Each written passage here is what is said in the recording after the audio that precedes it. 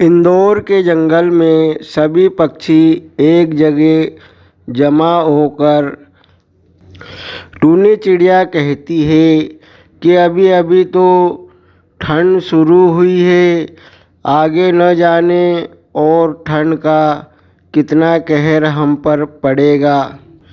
फिर कुछ देर के बाद वहाँ पर सूचना पक्षी आ जाते हैं और सूचना पक्षी कहते हैं कि सुनो सुनो जंगल के पक्षियों, सूत्रों के अनुसार हमें पता चला है कि जंगल में 2-4 रोज़ के बाद ठंड का कहर बढ़ जाएगा और बहुत ज़्यादा ही ठंड पड़ जाएगी। तो राजा का आदेश है कि ठंड से बचने के लिए सभी पक्षी अपने अपने घरों को मजबूत बना ले। और फिर सूचना पक्षी वहाँ से चले जाते हैं। मीनू चिड़िया कहती है कि आए दिन कुछ न कुछ मुसीबत का सामना करना पड़ता है। अब ये और हमारे ऊपर कौन सी मुसीबत आ गई है। हमें अपने मकानों को मजबूत बनाने के लिए जंगल से लकड़ियाँ लाना पड़ेगी। तो टूनी चिड़िया कहती है कि अभी तो शाम का वक्त हो चुका है, हम सुबह को सभी चलेंगे जंगल की तरफ। फिर सभी पक्षी अपने घर को चले जाते हैं और अपने घर में जाकर सो जाते हैं। अब सुबह हो जाती है और सभी पक्षी जंगल की तरफ लकड़ियाँ लेने के लिए चल देते हैं और वह बहुत दूर जंगल में पहुंच जाते हैं। लेकिन लकड़ियों पे बर्फ़ जमा होने की वजह से उन्हें लकड़ियाँ समझ में नहीं आती है। और कालू कौवा को तो बिल्कुल लकड़ियों की कोई फ़िक्र नहीं थी, क्योंकि कालू कौवे ने अपने बहुत सारे होटल में कमरे बना रखे थे। कालू कौवा तो सिर्फ उन पक्षियों के साथ में इसलिए आया था कि कालू कौवों को लकड़ियों की ज़्यादा जानकारी थी। अब टूनी चिड़िया कहती है कि यहाँ तो बहुत बर्फ़ जमी है, हमें लकड़ियाँ नहीं मिलेगी। फिर मीनू चिड़िया कहती हाय मैं मर गई। तो कालू कौवा कहता है कि मीनू चिड़िया क्या हुआ। तो मीनू चिड़िया कहती है कि मेरे पैरों में मोच आ गई, मैं अब और ज़्यादा दूर तक नहीं चल सकती हूँ, मुझे यहीं से लौटना पड़ेगा। और फिर वह मीनू चिड़िया वहाँ से लौट जाती है। अब कालू कौवा कहता है कि हमें और आगे के जंगल में चलना चाहिए।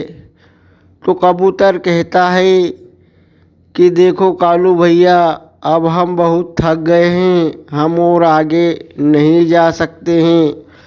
तो कालू कौवा कहता है कि ठीक है, हम अपने घर को वापस चलते हैं, जो भी होगा वो बाद में देखा जाएगा। फिर सभी पक्षी वहाँ से अपने घर की तरफ वापस लौटकर अपने घर आ जाते हैं। अब एक दिन की बात है कि लाडो चिड़िया बाज़ार से सब्ज़ी लेकर आ रही थी। तो रास्ते में कालू कौवे का होटल पड़ता है। तो लाडो चिड़िया कहती है कि मैं कालू भैया से मिलकर जाऊंगी। फिर लाडो चिड़िया कालू कौवे के होटल के पास पहुंच जाती है और कालू कौवा बड़े घोड़े बेचकर सोया हुआ रहता है। लाडो चिड़िया आवाज़ लगाती है कालू भैया, कालू भैया। कालू कौवा उड़ जाता है। तो कालू कौवा कहता है कि लाडो इस वक्त तुम यहाँ क्या कर रही हो। तो लाडो चिड़िया कहती है कि मैं बाज़ार सब्ज़ी लेने के लिए गई थी, तो मैंने सोचा कि मैं कालू भैया से मिल के चलूँ। मैं तो सोचती थी कि तुम्हें कालू भैया फुर्सत नहीं होगी, क्योंकि तुम्हारे होटल भरे हुए होंगे। तो कालू कौवा कहता है कि लाड़ो चिड़िया, मेरे होटल सारे ही खाली पड़े हैं। तो लाड़ो चिड़िया कहती है कि तुम्हारे होटल खाली क्यों पड़े हैं, वो तुमने कभी इस बात का पता नहीं लगाया। फिर लाड़ो चिड़िया कालू कौवे के यहाँ पर बोर्ड लगा हुआ देखती है, तो उस बोर्ड पर कालू कौवे के रूम चार्ज बहुत ज़्यादा थे। फिर लाड़ो चिड़िया कहती है कि कालू भैया, तुमने ये जो रूम चार्ज बहुत ज़्यादा लगा रखा है, इसलिए तुम्हारे यहाँ पर पक्षी नहीं आ रहे हैं। तो कालू कौवा कहता है कि मेरे यहाँ पर जिसे ज़रूरत रहती है वह आता है, या फिर कोई अमीर पक्षी रहता है वह आता है, तो मैं उनसे ज़्यादा किराया लगाकर उन्हें रूम भाड़े पर दे देता हूँ। तो लाड़ो चिड़िया कहती है कि कालू भैया, तुम अगर अपने होटल को पूरा भरा हुआ देखना चाहते हो और पैसा कमाना चाहते हो, तो मेरे पास एक तरकीब है। तुम अपने होटल का रूम चार्ज कम कर दो, फिर देखो तुम्हारे रूम सारे के सारे बुक हो जाएंगे। और फिर जंगल में 2 रोज़ के बाद ठंड का कहर भी आने वाला है, और जंगल में पक्षियों के पास इतने मजबूत मकान नहीं हैं कि वो ठंड का कहर झेल सकते हैं, और तुम्हारा होटल तो बहुत मजबूत है, वह हर मौसम को झेल सकते हैं। तो कालू कौवा कहता है कि लाड़ो चिड़िया, तुमने बात तो एकदम सही कही।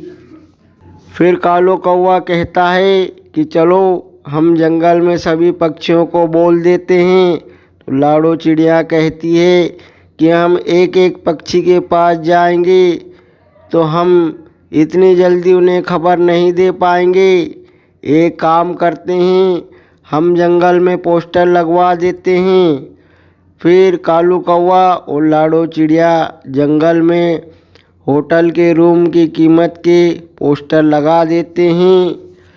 अब जंगल में जो भी पक्षी उस पोस्टर को देखता है, रूम चार्जर देखकर वो बड़ा खुश हो जाता है।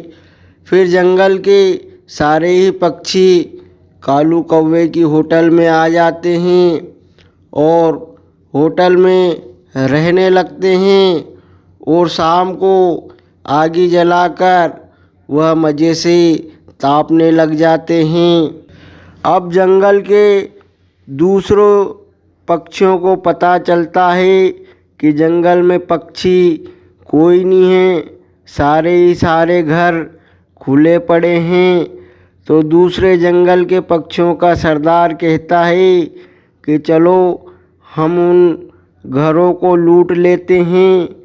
फिर वह दूसरे जंगल के पक्षी उस जंगल में जाते हैं और उस जंगल के पक्षियों के मकान का सारा ही माल व दौलत लूट कर ले जाते हैं।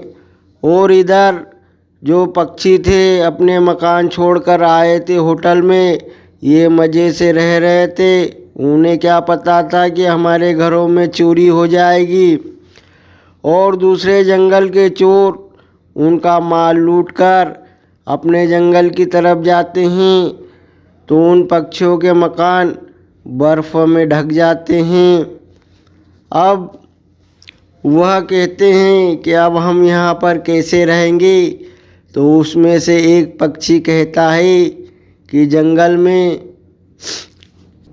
एक कालू कौवे का होटल है, क्यों न हम ये चोरी का माल उसी होटल में छिपा देंगे और कुछ दिन हम वहाँ पर रह लेंगे।